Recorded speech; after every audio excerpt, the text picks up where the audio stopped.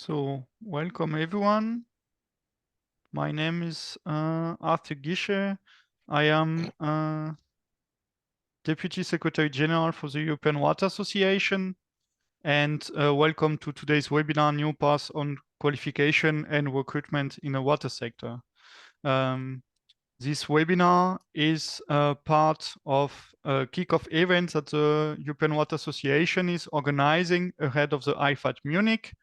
IFAT Munich is the world's leading trade fair for water, sewage, waste, and raw material management that will take place in less than 3 weeks now in Munich. We are really exciting. We will be there with a strong delegation. And if you have not yet or already secure your entrance ticket, you can use it using the EWA_2024 code to get a free entrance. And this year, the entry tickets also get the public transportation code tickets, and you will receive all of this at the end of the webinar as well.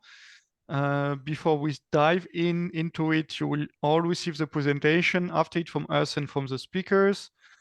And the event is available later on the EWA YouTube channel. You will have a better idea and better overview of our activities at IFAT at the end of the presentation. So quickly, the European Water Association, we are an independent, non-governmental and non-profit organization dealing with the management and improvement of the water environment. We have members from nearly all European countries. We have national members, usually national association dealing with either wastewater or drinking water, or sometimes both, from now 22 countries and around 19 European member states. We have over 30 corporate members and over 25 research members, mainly universities across Europe. And we aim to provide a platform for the discussion of key technicals and policies issued in Europe. And we organize conferences, workshops, meetings, special working group of experts, and through publication and media. So events like today, basically.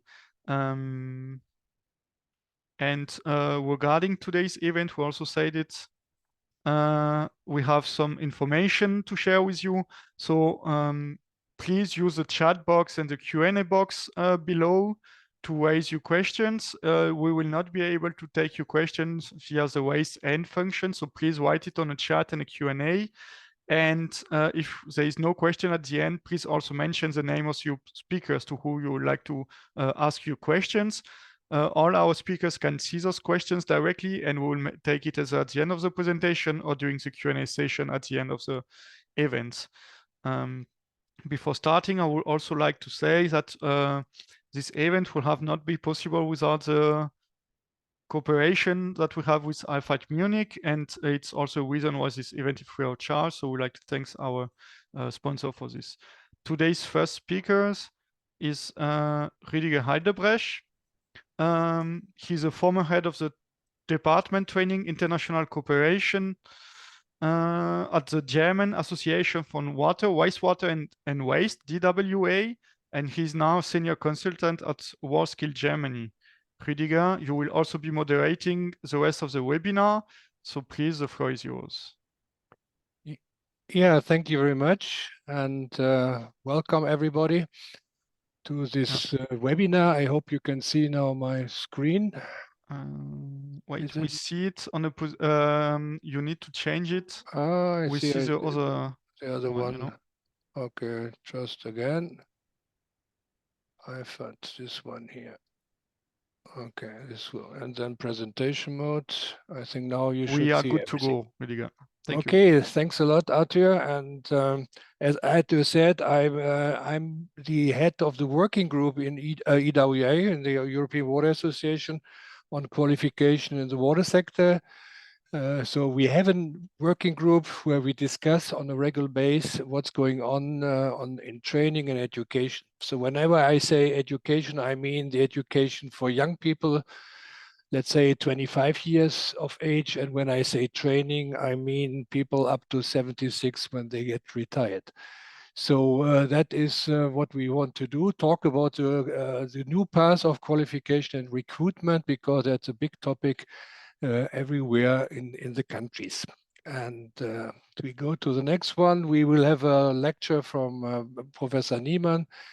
He's also active in DWA and a professor from Essen Duisburg, and he will tell us something about the wastewater sector and what we have to do in the years to come. Also, we are happy to have Philipp Eisenmann here. He's the guy who is responsible for the IFAD, what's going on in Munich and beyond.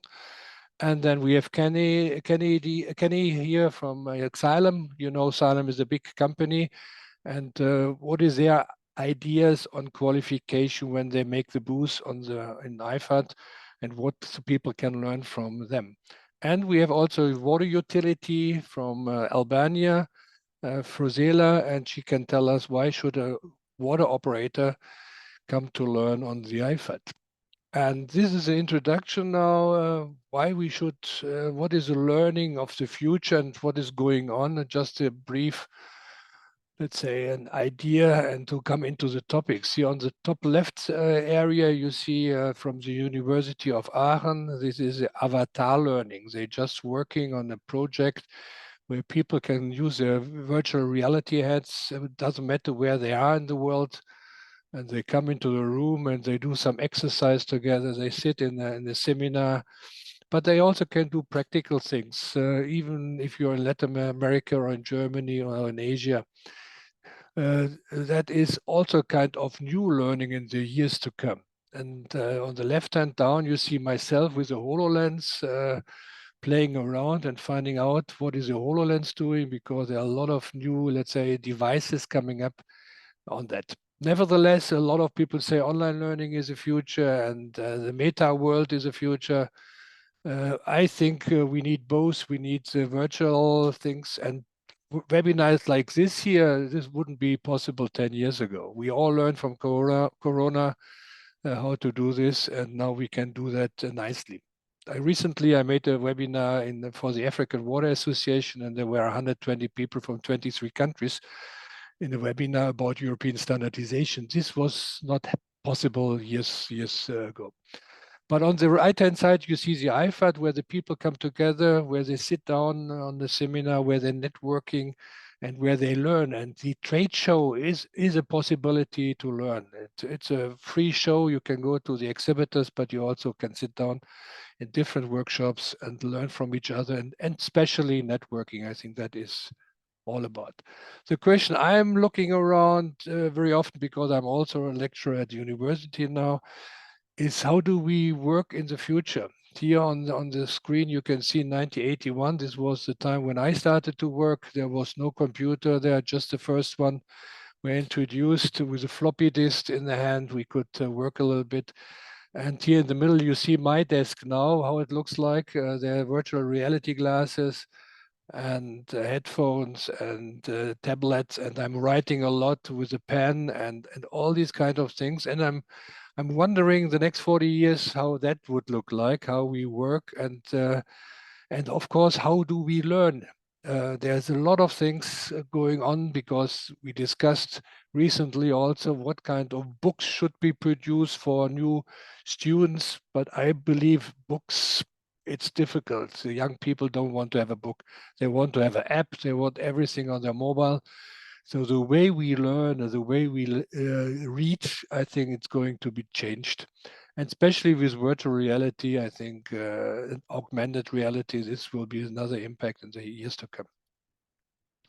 Here you see a lot of brochures from the training program I did during my last 30 years in DWA.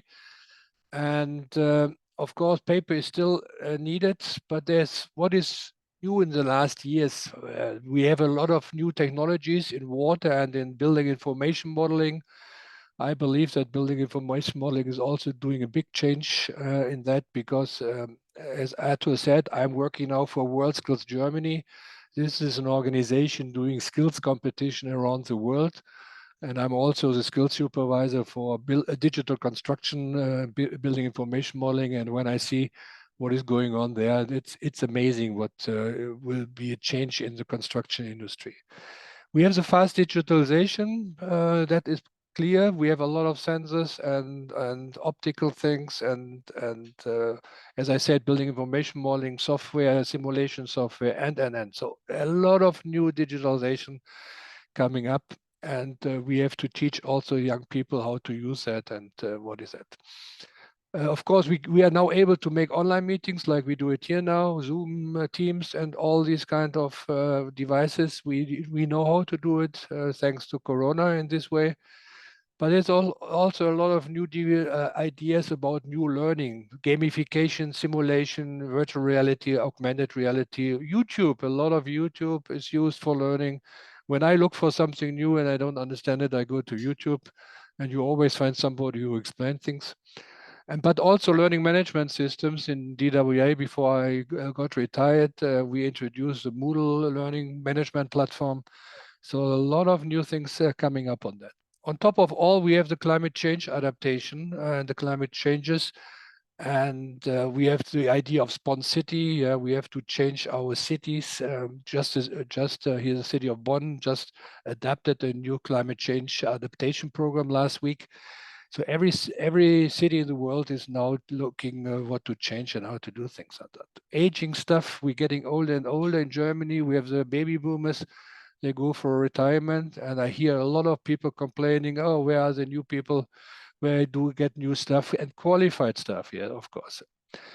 And of course, there's always new standards around from DWA. They're doing a lot of standardization, DVGW for drinking water and gas supply in Germany, but also CEN, the European Standard Organization, and ISO standards, they're coming up. So every year we get a number of, even only in DWA, there are about 40 to 50 new standards every year.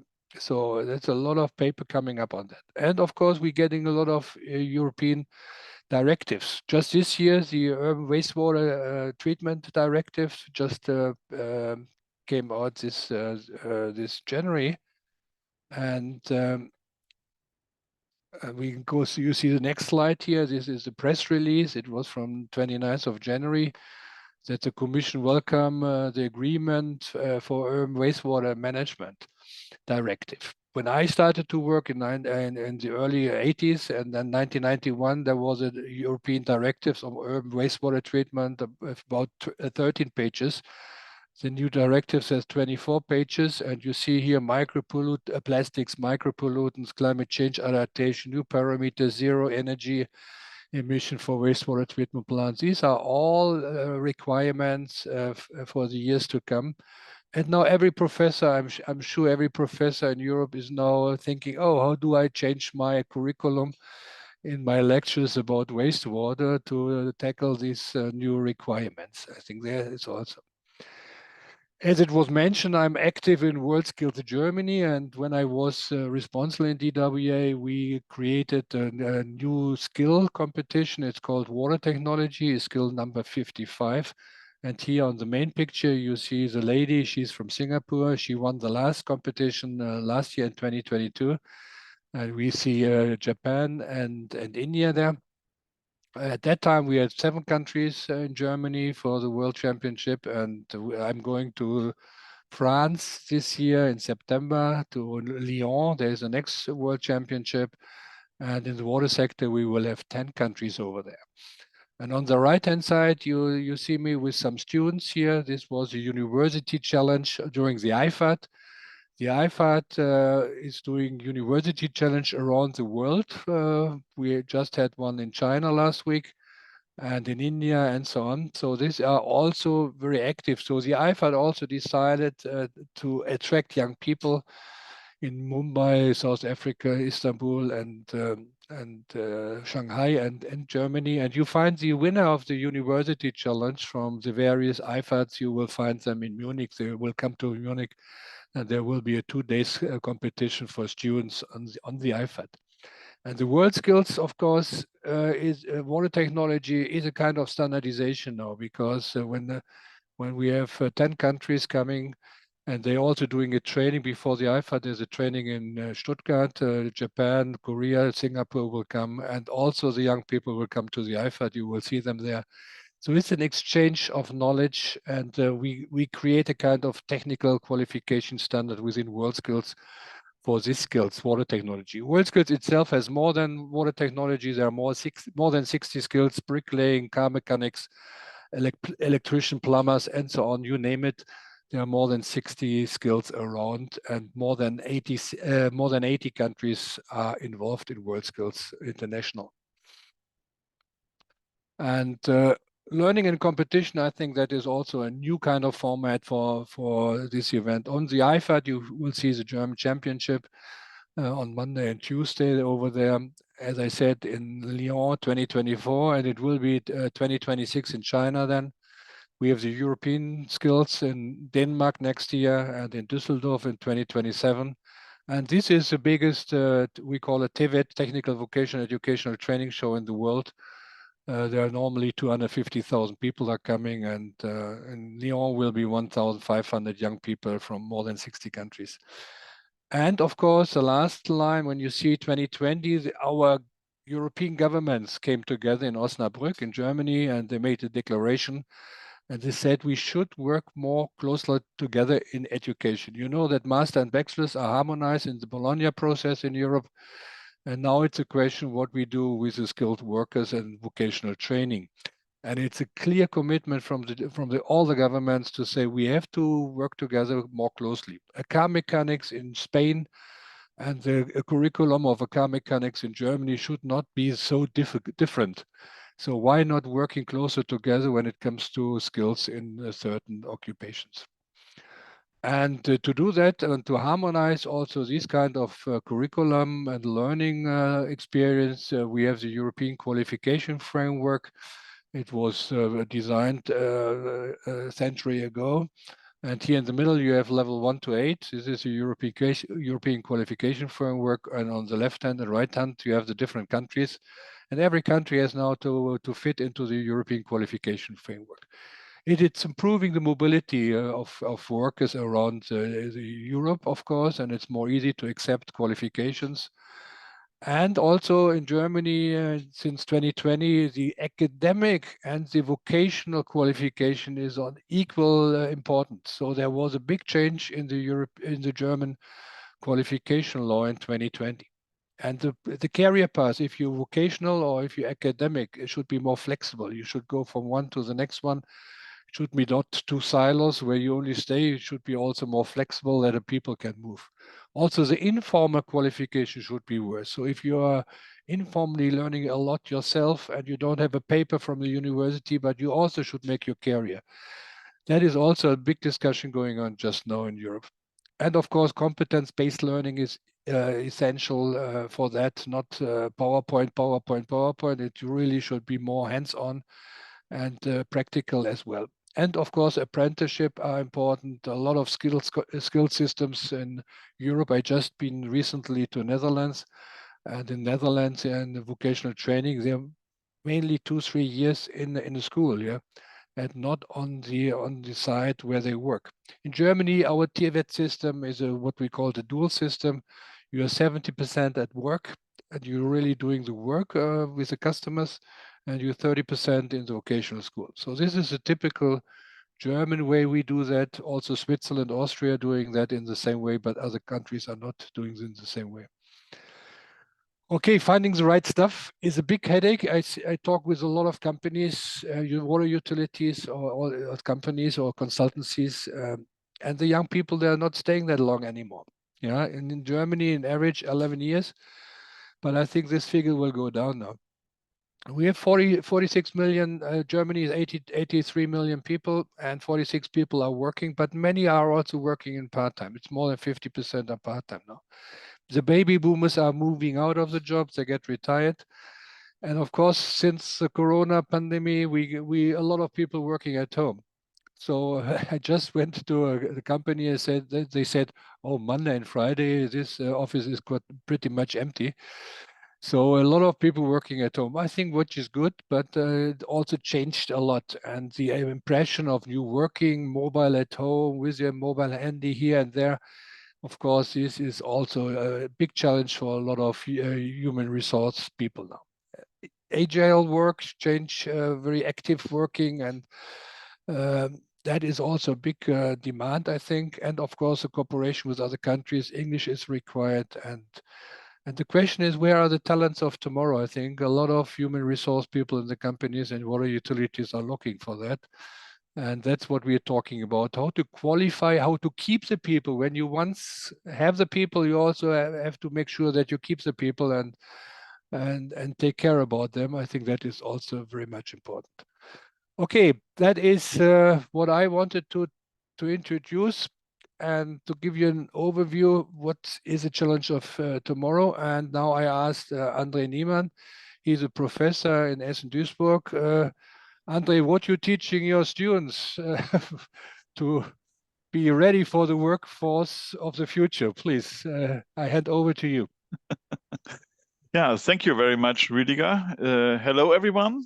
So I'm pleased to be part of this interesting webinar. So I already shared my screen, so hopefully it works. Now I see not a red color, so we have to take a look. So is it fine for you? Put it in presentation mode and we'll... Yeah, just a moment. Now I'm switching. Okay, now it should work. We're good, okay. André. So thank you very much. So hello everyone. So greetings again from Germany. So the topic is qualification needs to design, build, and operate modern wastewater facilities. And I have two positions, two hats on my head. I'm a university professor by profession, and I'm also very active in the DWA, the German Water and Waste Association. And in that position, I'm the head of the Education and International Affairs department on a voluntarily base. So let's take a look what is happening. So look on the left part of the slide first, please. So in Germany, we have 250,000 actors in the water sector. In total, 100,000 are operators. And we have a highly decentralized approach of water treatment and water utilities in Germany. So we have more than 40,000 organizations in total dealing with water, drinking water and wastewater. 50,000, mainly the wastewater orientated companies are orientated towards DWA as an umbrella organization. And in this part of segments, we are qualifying. DWA is offering trainings and education for permanent landing, for staff qualification, and so on. And so we have 35,000 participants each year in receiving education and training works offered by the program of DWA. And of course, it needs to be changed in times of transformation. And I will come to that a little later. Transformation is ongoing. Transformation in the organizations, in the companies is ongoing. And of course, we have different needs now. So we are part of a transformation process in total at all. So DWA has also a lot of international affairs. So we have 24 national corporations with umbrella and professional associations in order to exchange ourselves and to identify qualifying needs or needs for discussion. And currently 14 ongoing international collaborations are carried out by DWA in different topics. Let's take a look at the situation in Germany. It's not similar in Europe, but it's quite comparable from the needs point of view. So this graph shows the vacant job index of engineering and computer science professions in Germany over the past years, past 15 years. And what you can see is that the upper line, the construction, surveying, building services, engineering, architecture segment, has a strong demand of skilled professionals, which cannot be covered anymore. If you go further, this is kind of a bottleneck index. So the vacant positions with reference to 100 unemployed positions show that in the first quarter of 2 years ago, nearly 700 vacant positions per 100 unemployed professionals in civil engineering. So there's a strong demand in all segments of civil engineering. And of course, we are part of that in the field of water treatment. And this situation led to the situation that the recruitment and the staff stability and the how to say the time period of persons staying in the organizations should be extended. So this is also a matter of transformation in the companies. So we have a strong demand of professionals, not only on the academic sector, but also on the working skills sector. So we have a task in our main committee at DWA that we should strengthen the water awareness among the population and the politicians, that they are all aware that we are doing public welfare and we are in the need for skilled workers. We need to be attractive in order to be to recruit professionals. And of course, we have to take a careful look on our demographic situations in the companies. So a lot of elder people are leaving the companies, a lot of knowledge is leaving the companies, so knowledge management is an issue inside the companies, and of course we have to make sure that that this is really covered sufficiently. So we have a lot of activities of our umbrella organizations, joint activities with the other water utilities, umbrella organizations, and organizations in this field, or even public companies responsible for waste treatment and other sectors which are public in Germany. And we have some new initiatives, new in inverted commas, so 5 to 7 years old, using social media to address young people. We need to use these media in order to reach our targets, our target group for recruitment. And of course, every company should not develop it on its own, but the umbrella organization should give support somehow. So a lot of things dealing with transformations and changing the working needs, the everyday working needs, is digitalization. So we have a lot of reasons for implementing digitalization processes in the companies. And of course, the new normal in the field of carrying out our services is changing. So this transformation is happening every day. We have front runners like big companies having more than 1,000 employed professionals, but we have also many companies and organizations which are very small and are not really sure how to carry out their own transformation process and their own digitalization processes. So our aim as DWA is to provide support and best practice. It should become transparent what works and what is not working in the organization. And I selected for this webinar some aspects offered by Hamburg Wasser, Hamburg in the north of Germany, a big company with more than 2,000 employed professionals.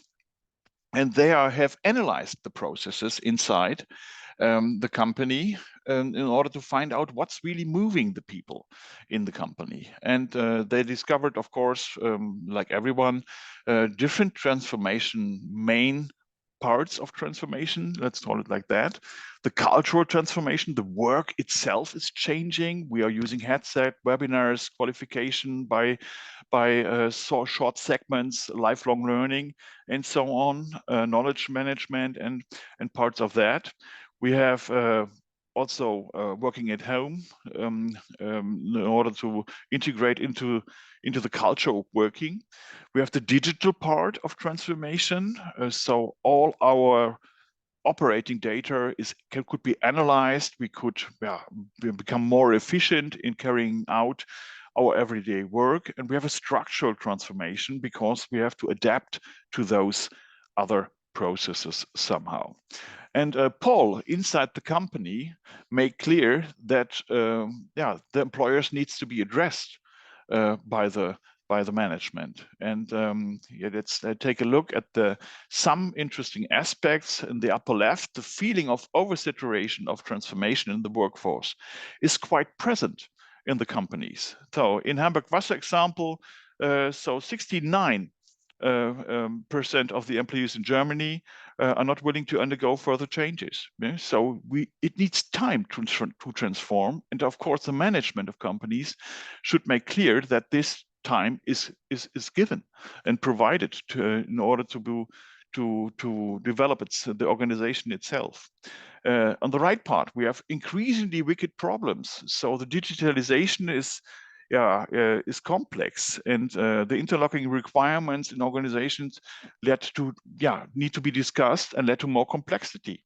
So we have to change our organizations from a structural point of view sometimes. And it became also clear that too little investment in the future for a long time was happening. So there's still a need to catch up the business and human level. So that the three main findings that you have to consider during the transformation processes in the next years. And some lesson learned from Hamburg Wasser after having analyzed this process for 5 years. The measures must match the maturity level of the organization. Of course, it needs to be fit for purpose. The change processes need a clear framework and good clarification of the mandate. Of course, it needs some roots. It must be clear and it must be communicated what's happening. It's better to take small steps and finish something in order to provide a big picture and a goal far away. People will not follow. And transformations is not an end in itself, but it needs to be economically. So there must be a benefit, of course, at the end in main purposes. And the company management and leadership must be committed. So they have to be as front runners. Transformation is lobbying inside the organization. You have to really discuss and announce and explain what's going on and why you are doing it and why you are thinking about doing it. And an interesting outcome, an interesting lesson learned from Hamburg Wasser example is that a central coordination center for transformation is helpful. And in that case, they already stated it is needed. So interesting examples from one big player in Germany regarding transformation. But let's come back to the qualification needs. Germany has analyzed the national skills strategy, has offered the national skills strategy after analyzing the demands because of transformation processes. I just announced it. And the structural change of the increasing digitalization of the world of work are altering many job profiles and skills requirements. So we are changing job profiles at the moment. And as Rüdiger already mentioned, it's quite interesting to see the European context of those adaptations. And it should be, from my point of view, we would be happy to see that the skills requirements are getting closer together when it comes to the field of different job profiles. Rüdiger also mentioned the European Osnabrück Declaration in 2020, as the vocational education is addressed as a key element of a European harmonization of job profiles and job qualifications, training, continuing education, and lifelong learning.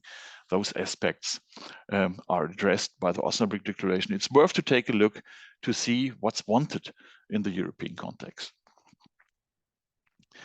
So this slide I used from a talk given by Rüdiger, who's an active engineer for years now in this field of qualification needs. And there's one key message from an analysis, a study some years ago, but the outcome is still worth to mention. The most important need to modernize curricula and to update the training centers and all the qualification initiatives is to qualify the trainers and educators as fast as possible, because transformation needs leaders, and leaders must be skilled. And the qualification of trainers and educators is a very strong first step, which needs to be supported by the umbrella organizations and organizations who can contribute.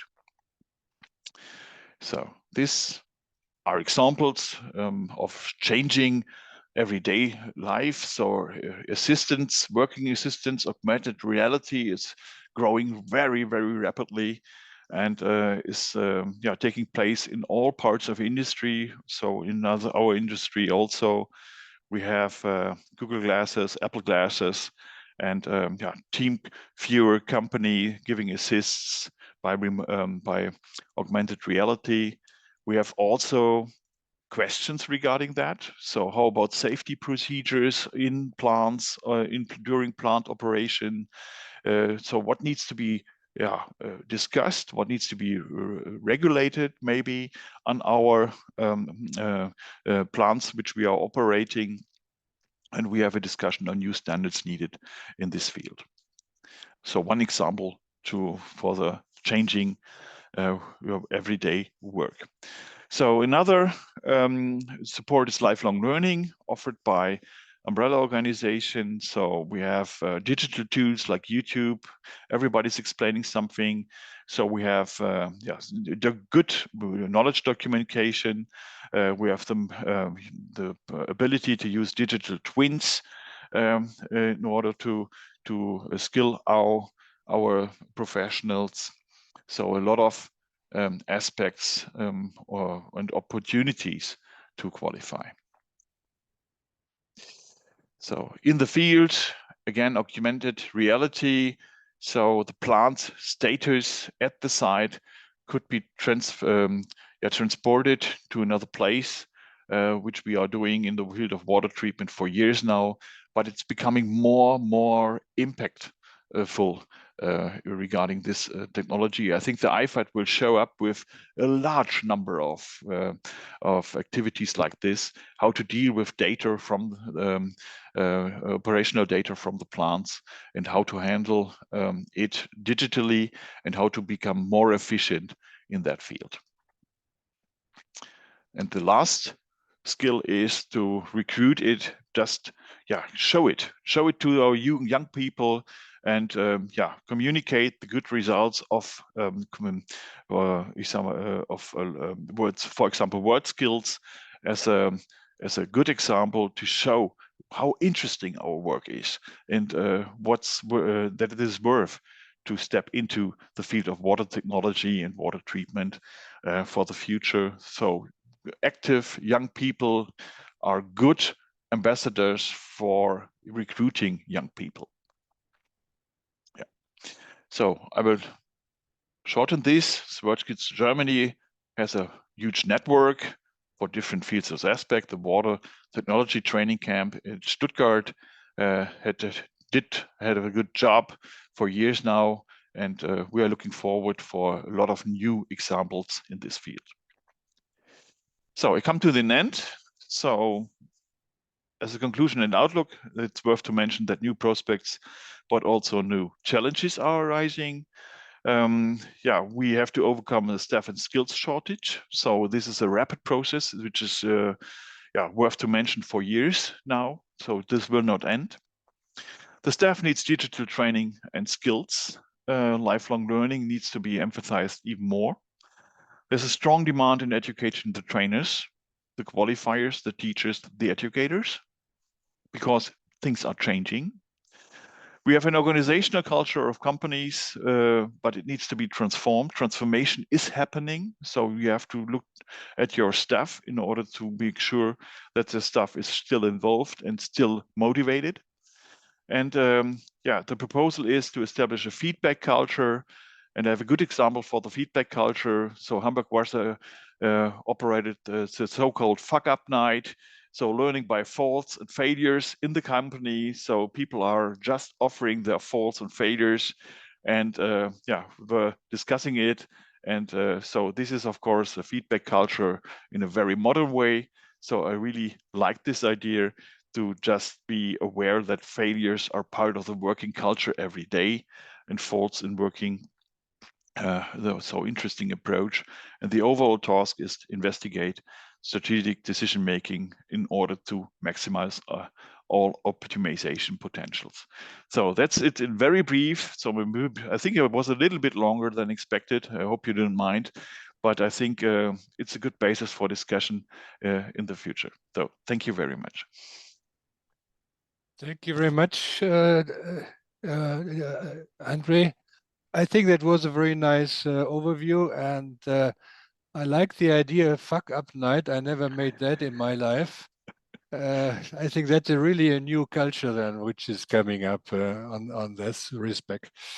There's also one question asking if the stuff needed is also not only for the academic, it's also for the workers. And in Germany, of course, 60% are going to academic, some drop out, of course. How many students are falling back to vocational training after in the engineering? I don't have the exact numbers But available, but I think it's not that less. So we have, I think, one fourth, so maybe 25% is not again. finishing the academic career. They are going back in other fields or even go down to vocational training and operation and on the plants.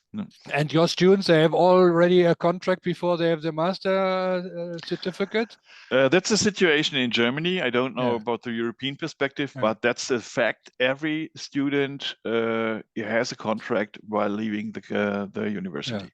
So there's a big demand for young people. But we are in competition. All levels. But we are in competition with inside the field of civil engineering, which we are educating, and of course we have a change of mobility in the cities, where we have a change of building houses. We have, of course, a change and a lot of renewable needs in the field of, for example, railway construction in Germany. So we are in competition with the different sectors.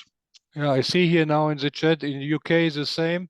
I have been to Netherlands, it's the same. I think it's in many countries in Europe, it's the same, that really qualified people are really have no problems. If you have kids, I think there's no need to be worried about the kids if they get a good qualification, I think. Okay, Andre, thanks a lot. Perhaps we get some more questions later on, and I'm happy to have now Philipp Eisenmann from the IFAD. So if somebody has a complaint about the IFAD, this is the guy you should talk with. He's responsible in Munich for all the exhibitors. So Philipp, you have to tell us why should people come to the IFAD? Not only because it's nice to be in Munich and you are a nice organization, but what can people learn when they come to the show? And you supporting, I know from our work together for many years, the skills competition everywhere around the world. So what is your dream, and what is it? Is a trade show changing in the digital world of tomorrow? Please, it's your time now. Yeah, thank you, Rüdiger, and thanks for the invitation to give you an overview what you can expect at IFAD Munich. We have now 23 days to go until the world's leading trade fair is again happening here in Munich, and of course, you can expect a lot of content, of solutions, and I will give you within the next minutes briefly overview. But coming back to the topic, what we are here and what I heard in the first minutes of the session, the question is always, of course, how is trade fair, how exhibitions are changing, and we're talking about, of course, exhibitions, visitors, business. And when I start this topic with the question if a trade fair is a learning and recruitment place, and when I see the numbers and the facts and figures, how the society is changing, how workers are needed, then this question is definitely answered with a yes. The content and the educational point getting more and more important in our show. But let me start with also the international perspective on this topic, because IFAD Munich is not only one show, we are a global cluster. And when we talk about workers, and when we talk educational paths, and also, of course, CVs of all of us, we can benefit from this international network, because in the end, also jobs and educational aspects are happening globally. Our challenges are globally, our learning is global. We are moving for students, workers, operational apprenticeships are happening all over Europe or all over the world. And this is the fantastic thing when we're talking about IFAD Munich, that we can really summarize and can welcome from all parts of the world. Actually, right at the moment, we have in Brazil our first IFAD Brazil in Sao Paulo. And of course, when we can increase the numbers of visitors, of exhibitors, of solutions on people from Brazil or from Latin America coming to Germany and sharing also their experiences and learn from each other. So I think this is a very important point when we talk about international cooperation and international learning. Starting with a few facts and figures, what we are standing right at the moment, and IFAD will be fantastic in 2 weeks. Yeah, we have more than 3,000 exhibitors. Yeah, from more than 60 countries. So again, the internationality is a very huge USP of our show. Coming also to the pavilions from all around the world, from the States, from Canada, but also from a lot of countries from Europe, from the Netherlands, different areas of Germany. So of course, here's also the network and the exchange is important. We will expect the biggest IFAD ever with more than 300,000 square meters, and of course a completely booked area. I think what is very important when we are talking about what you can learn and when you come to IFAD, and of course the business aspect is one important thing.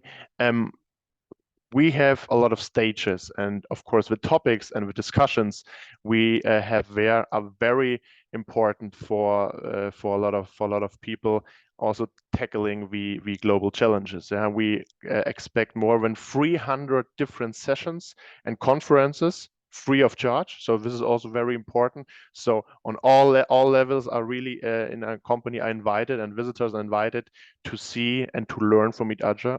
Others. The competitions and live demonstrations, I saw some pictures in your slides before, are also, I would say, very deep in our DNA, because we don't only want to talk about solutions and problems and how we can facing different things. We also want to show how workers acting in real life situation, how machines are working on the ground. And I think this is very special, very unique, seeing how humans and machines are working together.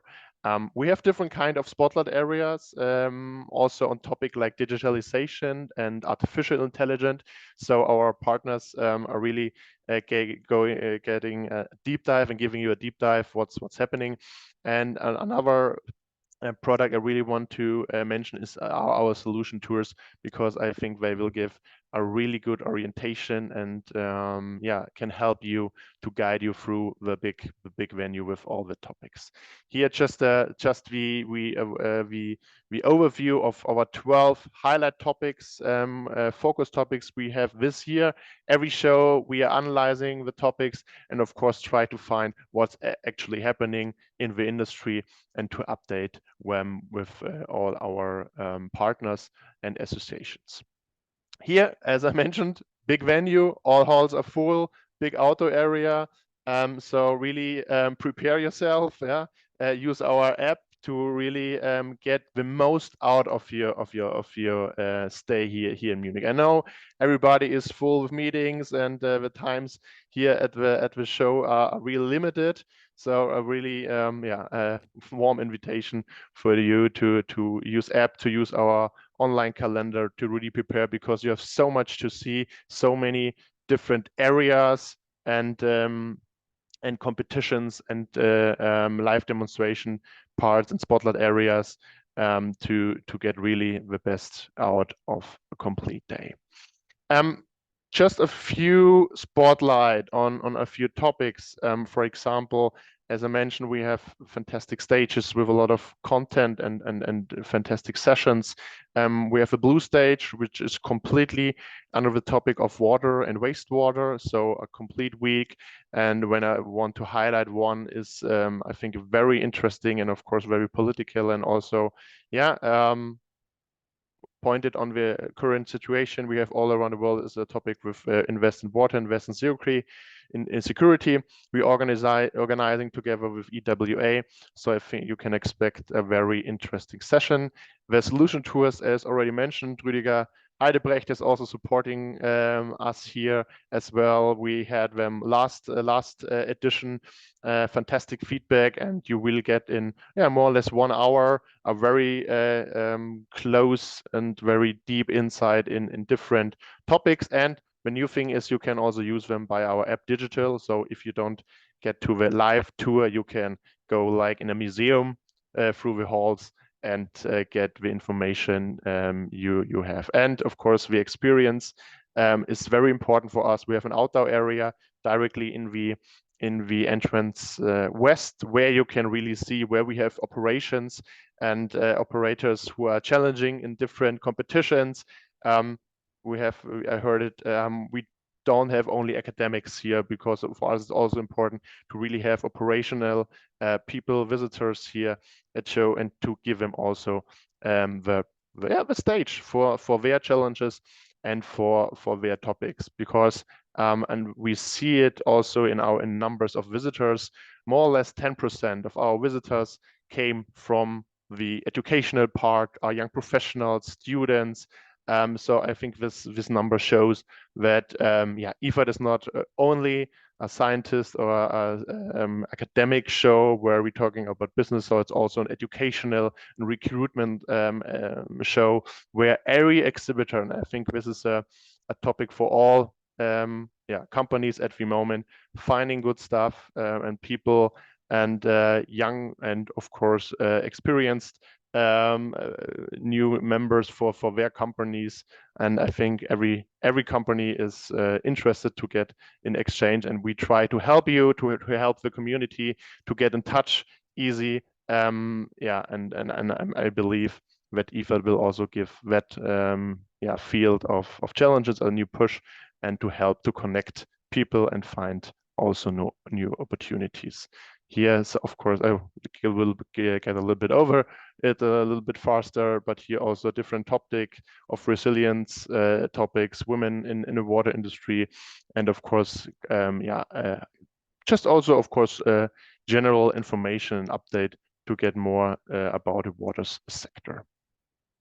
This was very brief. I think I can explain and tell you more of next 1 hour, I'd say. So I think you have to see what's happening here, and I'm really looking forward to seeing you in Munich. You're all invited.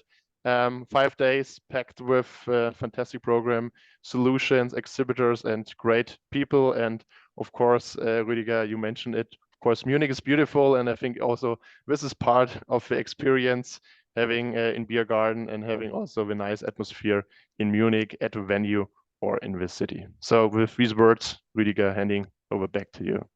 Yeah, thanks a lot, Philip. So I can see that it's the trade show is not only a shopping center where you can go in for shopping. It's also changing to a completely new way of thinking, I think. Educational, political delegations, skills competitions, live demonstrations, I have seen a lot. I think that is a completely change in the future. And I have seen your app, and I know your app from the past. I think you also had a new development, a good development in this respect, I think. The app is very good now, I think. That's the first time what I see that is really a good professional app now.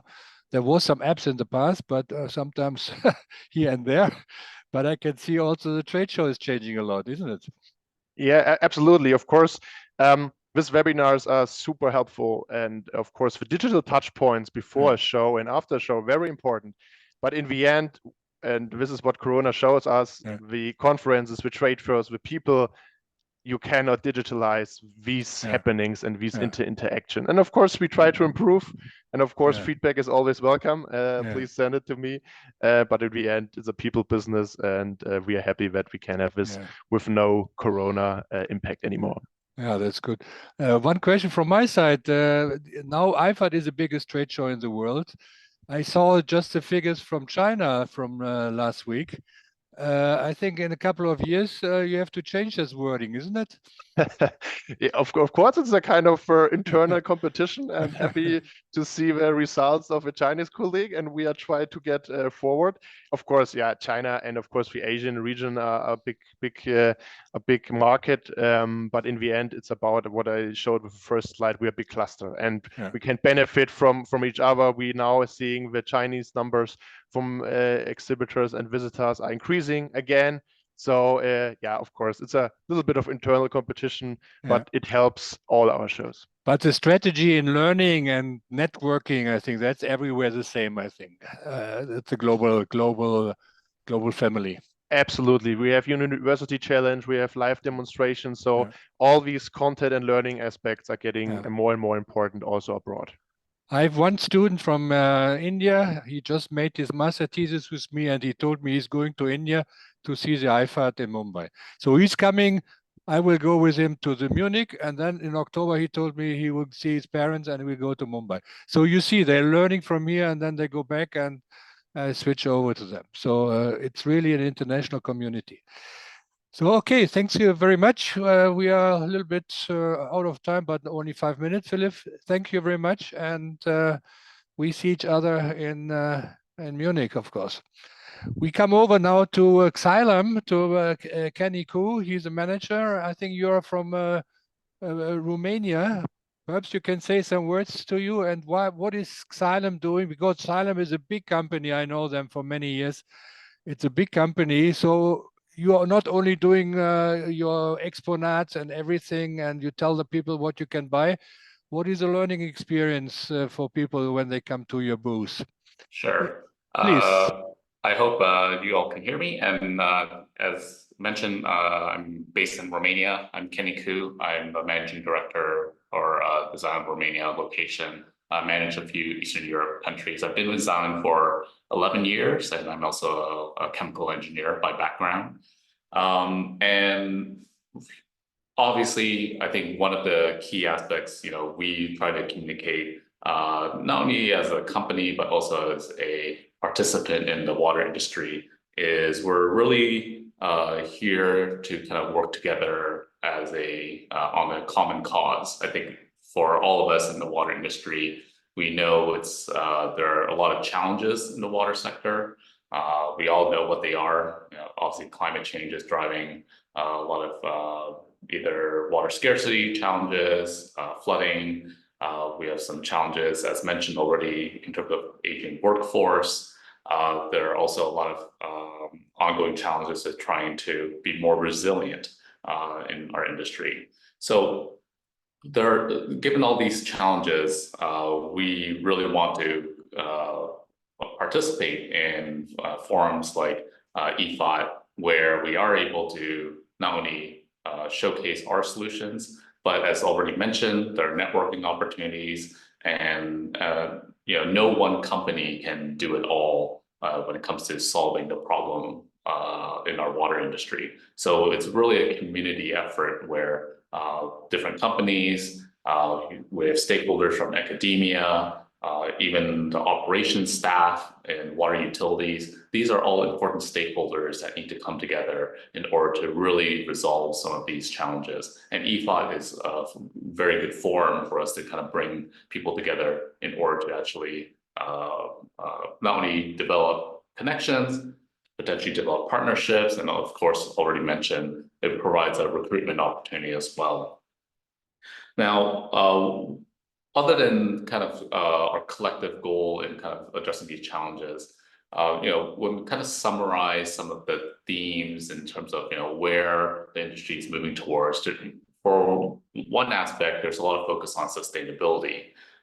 We know a lot of utilities, for example, have challenges addressing non-revenue water. One of the big challenges here in Romania, where I'm located, of course, trying to get into compliance with the EU wastewater directives.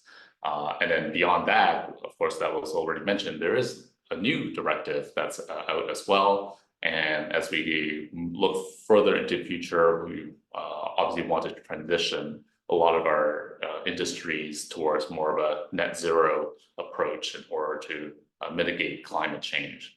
And one of the things that I found important when it comes to recruiting people is, especially with the younger generation, there's a sense of purpose that people need to feel. And one of the key things that we want to communicate as a community as well as to align that sense of purpose with the younger generation in order to bring on people into the water industry and to enable the younger generation to really follow a mission to kind of be aligned with solving some of these great challenges. When it comes to for an exhibitor, of course, we want to communicate a lot of our solutions into the market, enable our customers, academia, other stakeholders to learn about, new innovations that are in the pipeline, new innovations that are being announced. And EFOT provides that opportunity to talk about some of these topics around energy efficiency in the future, resource recovery. And one of the benefits with having a forum like EFOT is essentially a lot of these advanced solutions, for example, helping utilities transition towards net zero. A lot of these solutions are actually in place already. And forums like EFOT enable that learning opportunity, not to learn about solutions on paper, but to also talk to utilities that have already implemented some of these solutions and to learn from how these more advanced solutions have been implemented and some of the challenges, and to provide feedback to suppliers as well. So there's a lot of opportunities for that cross communication. But I think more importantly, it's really to learn about what has been done and what is actually possible. And bringing people from around the world enables that conversation, enables that ability to share those learnings. Because obviously, for example, in other parts of perhaps Western Europe, there are advanced solutions that may not have been implemented in Eastern Europe, in my region, and being able to kind of share that information and show that there are existing, references, existing solutions that are out there that are possible to be implemented is one area that I think exhibition like this enables. Now, another area that was already mentioned as well is around digital transformation, and enabling digitalization in our industry will help, of course, solve various issues like aging workforce, asset management, optimizing how utilities or other customers deploy their capital as well. But digital transformation is a critical piece in kind of solving some of the challenges in our water industry. And this really requires some new capabilities. For example, when it comes to being able to deploy artificial intelligence and digital twins in the market, we need data scientists. And this is where exhibitions enable the merging of, let's say, two different types of skill set. You have the analog world where we have, or maybe traditional engineers that you would find in the water industry, and then bringing in more digitally enabled talent to be paired up together in order to kind of bring on some of these digital solutions into our water industry. So it's important that we have spaces where we can bring people in, and of course, digital enables new talent to actually come into our industry. So yes, you can always find digital scientists in social media companies and other tech companies, but we also need those data scientists within our industry as well in order to support developing new solutions and helping customers solve some of their water challenges. So for us, coming to EFOT really provides that opportunity to blend those two worlds together in order to work together to not only demonstrate what has been done already and what is possible, but to then also create a forum where talent from the digital world can see other opportunities in terms of coming into the water industry and also solving, again, the bigger vision, the bigger mission of kind of providing access for water for everyone in the world and ensuring that we solve some of the big challenges with water scarcity and excess of water, for example. So the other point I wanted to also touch on is around diversity as well. One of my colleagues likes to point out that diversity is actually a superpower for our industry. We have water is a common challenge across the world, and we have so much talent around the world, so many capabilities, so many perspectives, so many kind of different types of research going on around the world, that bringing that talent and capabilities to be able to network and collaborate together is one of the key areas where we would be able to help solve our future problems within the water industry. So diversity is a critical piece, I think, when it comes to having a forum like EFOT and exhibitions where you have a very international crowd come in. We are creating a forum where people can come and learn and work on a common cause and common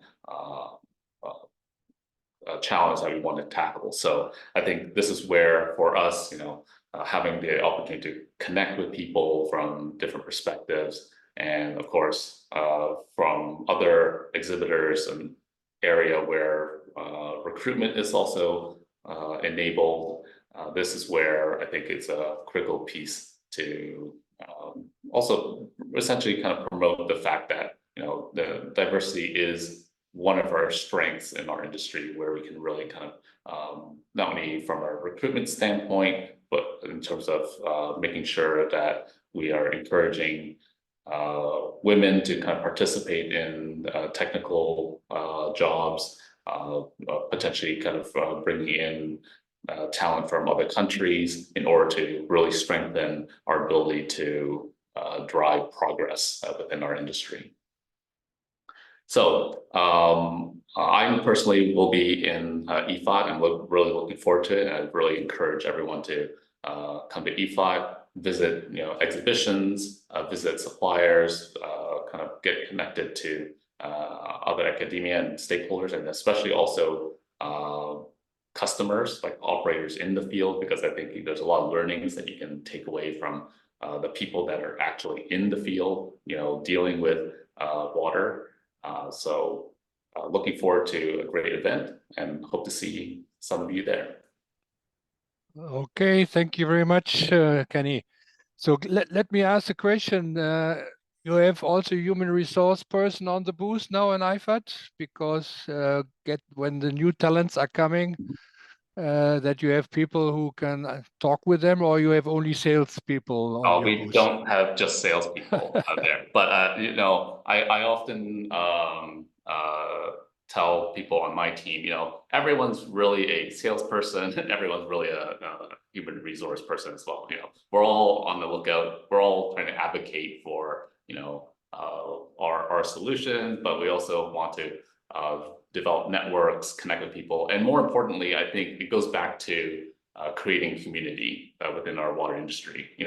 Again, we at Xylem, we can't do everything. It's really partnerships with everyone that enable us to kind of move the needle when it comes to solving some of our challenge. Okay, how many ladies are on your booth in the leading positions? Then how you really reflect that to your booth? Well, I will say I don't know exactly for everyone that will be at the booth, but I will say, for example, in Eastern Europe, We have in our leadership team, we have almost 50-50 in terms of. Okay, that's good. That's good. Yeah. And we really focus on, making sure we recruit, have a diverse slate when it comes to recruitment. To make sure, we'll always pick the right candidate for a profile, but having that diverse slate is so important to be able to make sure we can try to bring in as many diverse voices into any kind of interview process. Yeah. So you can see a change in your company profile over the years, that you say we are going more to show best practice cases, or we show more digital. You talked about data science. So you're moving to efficiency. Digitalization is a strong movement, isn't it? Yeah, and for us, digital is a critical piece, and Yeah. the last few years, you can see we've paid a lot of attention on digital, and really the reason why is a lot of customers have existing assets, but when it comes to addressing affordability, it's having that digital layer and digital capabilities that will help our customers understand when to deploy capital, when they need to optimize to reduce operating costs. And one of the benefits, I guess, for me here in Romania, and the Romanians on the call here will know, there's a very strong IT industry here in Romania. Yeah, okay. People are very digitally focused and looking at always trying to kind of deploy digital solutions into everything. Okay. Yeah, perfect.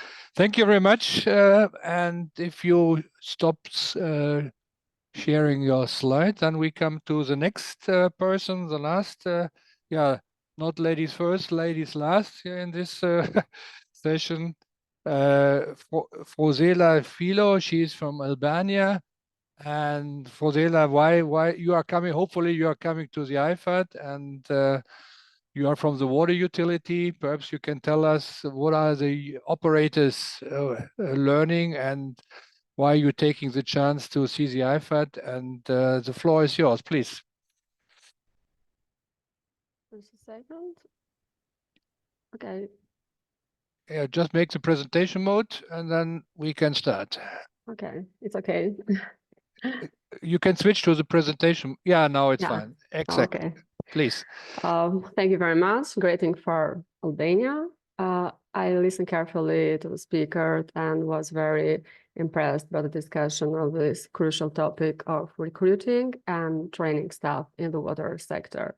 As a person that I feel this problem more often in the utility right now, where let me share with you my opinion, and I hope to assist water specialists in finding solutions to address these issues. Today, the water sector, along with other industry like services or manufacturers, is experiencing a shortage of qualified staff. This shortage may slow down the performance of the company or meeting the demand of a rapidly changing environment and adapting to technological advancement and digitalization, as the speaker said before. Many people are captivated by the rapid advancement in technology, as artificial intelligence or virtual reality or robots that are replacing many working processes. But utilities to achieve this, the performance, the targets, of course, a highly qualified staff is necessary for water utilities and for all companies also. Treating this way, things may seem somewhat pessimistic, but I want to share with you optimistic feelings. So since in the world today there are so many platform events, organizations that give us a shake up and provide very fast and tangible information and solution that is actually it is really ready to taken and implemented in our utility to increase the staff qualification and to have to complete, let's say, the human resources of the for the utilities. A very good example is, of course, IFAD, which is the world's leading trade for water and sewage, waste, and raw materials management. So in my opinion, IFAD is a very organized place with strong organization culture, set high standards and continuous and contributes to a positive and harmonized atmosphere for all who are part of it. So let me share with you my experience in IFAD. So I have been part of the group from my utility that have visited IFAD. We are a group with a different specialists, financial, public relationship, technical engineers, and I recommended the utilities to create a group because it's very easy to understand, and for people that are not in the field. For example, my background is financial, and I don't understand very well digital meters, but if I have my colleagues that they explain something that is make me very easy to understand and to take, let's say, a lot of IFAD. Being exposed to the array of advancement technologies and practices showcased at the events has provided for us with valuable insights into the investment and also projection needed for the future. I thought it has truly been an eye-opening experience for us that will shape our approach moving forward. Okay, I list some benefits from visited IFAD. So the first one for me is network opportunities. IFAD brings together professionals, experts, and industry leaders from around the world that offering for water specialists the chance to connect also with other colleagues, with other water specialists, potential partners, suppliers, and of course, industry leaders. By attending IFAD, water specialists have the opportunity to network with other professionals in the field, potential partners for collaboration and project, suppliers offering innovative solutions, as well as industry leaders who are shaping the future of the water sector. These networking opportunities not only facilitate the exchange of knowledge and ideas, but also pave the way for valuable connections that can lead to a new partnership and advancement in the field of the water management and sustainability. The second one in stay update on industry trends. This is a great benefits for water specialists because attending events like IFAD allow us to stay the forefront of industry trends and developments by keeping ourselves informed about the latest advancements, technologies, and trends also in the water and environmental section. We position ourselves to make strategic decisions and can propel our organization forward. For utilities, being to update with the newest innovations presents a unique chance to optimize our operational process, drive down expenses, of course, and contribute to a more sustainable future. Okay, let's continue to the learning and education. IFAD hosts conferences, seminars, workshops with industry experts, discussing key issues and best practices, offering valuable insight for adapting for me commercial direct strategies, and utility professionals can benefit from this educational opportunity to enhance their knowledge, skills, and expertise in environmental technologies and management practices. IFADS provides a platform for utility professionals to stay updated with the latest trends in environmental technologies and management practices by attending conference for us, seminars and workshop led by industry expert. Professionals can be valuable inside the best practices, and also they can help us, and we should adapt in our utility. Cost saving. Utility companies that are attending IFAD have the opportunity, of course, to change operation and achieve significant cost saving by embracing new technologies and solutions presented at the event. So this company can find more affordable options compared to their current practices. The implementation of this innovation solution can result in long-term saving by reducing operational costs, also maybe the optimizing energy consumption and minimize the resource utilization. Effective marketing examples. This is very interesting for me personally because you know, there are indeed numerous companies that have well-established marketing structure that we can look toward to inspiring and enhance in our operation. So learning from the best in the industry can help us refine our practices and better serve to our customers, because you know, for the water utility perspective, it doesn't matter if you're operating in a very powerful country or not, whether you are small, medium, or a large utility.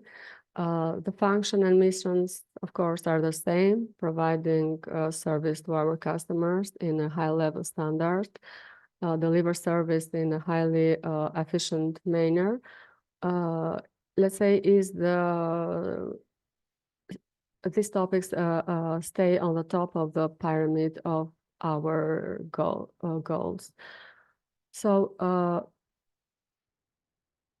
and the last one, by adapting, for me, I will conclude my presentation. By adapting innovative approaches to qualify recruitment, we are developed a skilled force ready to tackle challenges and futures. We assure creativity and determination. Thank you.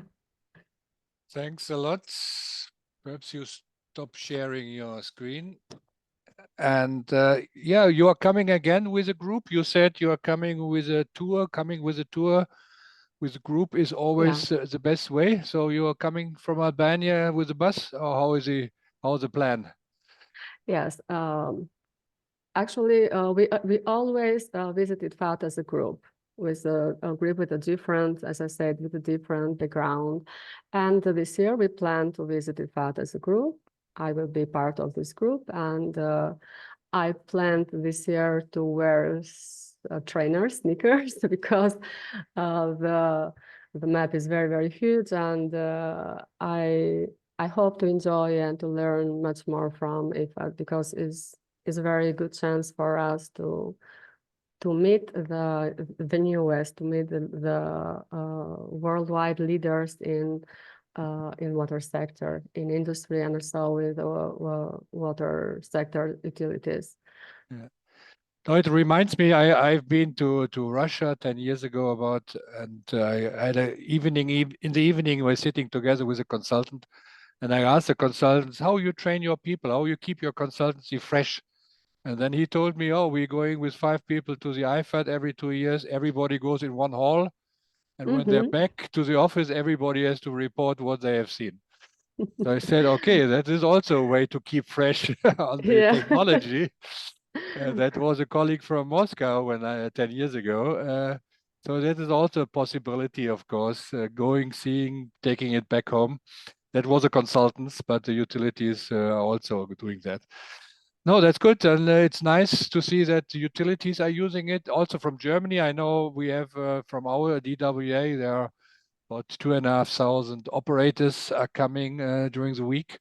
So they go there and talk with the companies, and of course the companies love to see all the workers coming. Yeah, not only the bosses, they also like to keep the relation, and I think that's very important.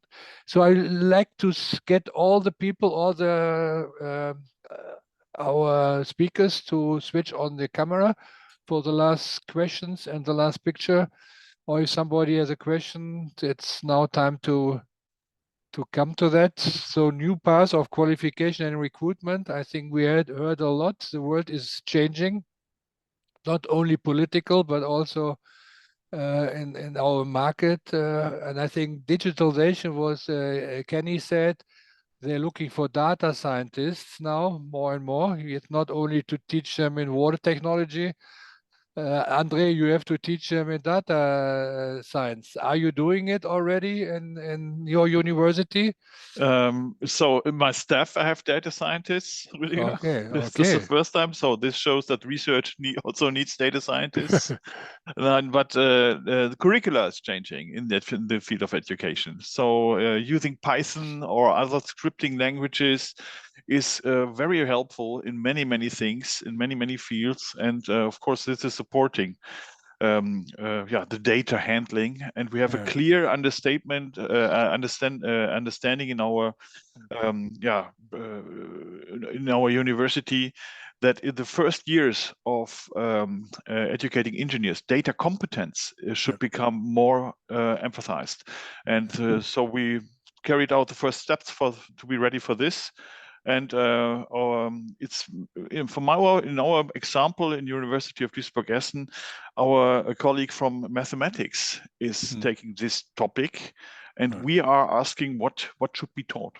We are providing giving hints what should be taught. Okay, Philip, one question: how many drones are flying in Munich?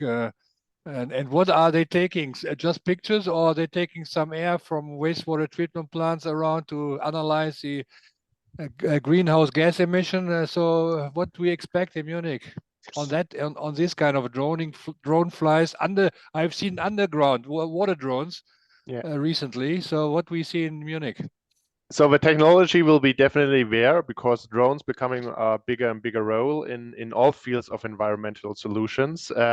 Unfortunately, because of safety reasons, no drones are allowed into the halls. That will be a little bit difficult, but you're absolutely right. These new kind of technology getting more and more popular, and I saw the last time, of course, a lot of drones. And I expect that more companies will show solutions in this field. Yeah, I think it's we in WorldSkills we have a new skill. It's called a drone operator, and of course you need a net around, otherwise the drones will fly away. So you have to prepare safety. Perhaps next time on the IFAD you should prepare a big net and have a drone stage. I think that would be also a perfect one. Kenny, what are you doing on the booth? Digital twins efficiency, what we can see when we come to Salem. Yeah, I think you'll see obviously our digital solutions, and one of the key things as well for our companies, we recently last year acquired Evocla, which is a large treatment company. So you'll see kind of a strong focus on what we're doing from a treatment standpoint to help people get into compliance, address water scarcity, and of course our digital portfolio as well. Okay, I had just recently the talk with Autodesk and Bentley about their Revit and all this software, and they told me, and it's really true, that they give it to students free of charge. So if you're a student's email address, you can get free access to that. Do you have any these kind of things in your company strategy? To have some models or digital twins free of charge for universities, for educators? Is that question for me? Yeah, it's for you, yeah. So I think one of the things that we like to do is also teach people how to do this, because I think what people may often think, digital is relatively easy. I think the complexity when you look at, for example, water utility, I think water utilities know they have data in every different sources, different formats. And I think one of the key things is actually not about creating the digital twin, but actually how do you get the data aligned, unified? I think that's where the real world, let's say, experience that we can kind of share with people. It's really not about creating the digital twin. That's a big challenge. Is how do you actually unify, various types of data from a utility of different sources, different locations, different, generations of equipment and databases. How do you get that all aligned? Okay. Now I sometimes show students there's an app. It's called Lungs Inside or Bones Inside. You have a augmented reality person, a skeleton, and then you can learn. It's a teaching tool from the medicine. And I always show that to students and tell them, I'm waiting for a digital waterworks where we can learn all the topics. I don't see it up to now, not from companies and not from universities, but I'm looking forward to see a learning tool where we have a waterworks, a wastewater treatment plant, different industry, so that we can learn more on a digital world. Okay, time is over, and I will go to the IFAD and find out if we see this model somewhere on the booth. Thanks you very much for joining us. And Arthur, you have the last words. What's coming on the IFAD? I think we have a big program. And I hand over to you. And thanks for the participants here and from my side. And Arthur, you have the last words. Yes, thank you very much. So allow me here to share my screen again quickly before we finish. I'm hoping that you can see it now.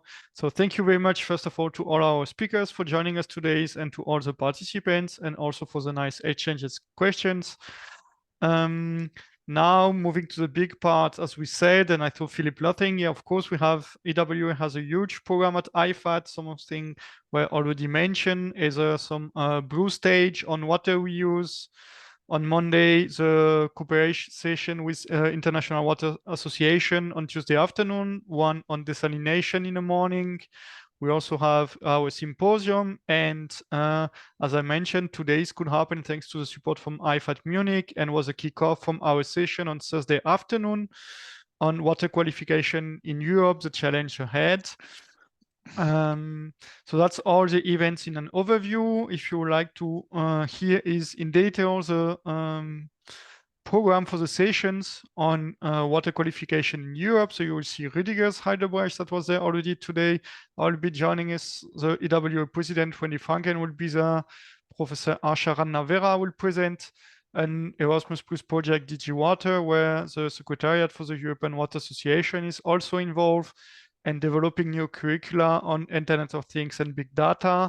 We'll also hear from DWA, from our some other members from the International Association of Water Service Companies in the Danube River catchment areas, with the impact of regional initiative Danube-Glanim partnership, from Katharina Schilling. I thought that she was attending today, and they have a lot of experience on qualification, educational training, and also about the world skills competition in the water sector. So it's in a really brief nutshell, everything that we are planning on. As I said earlier, you will get the information per email.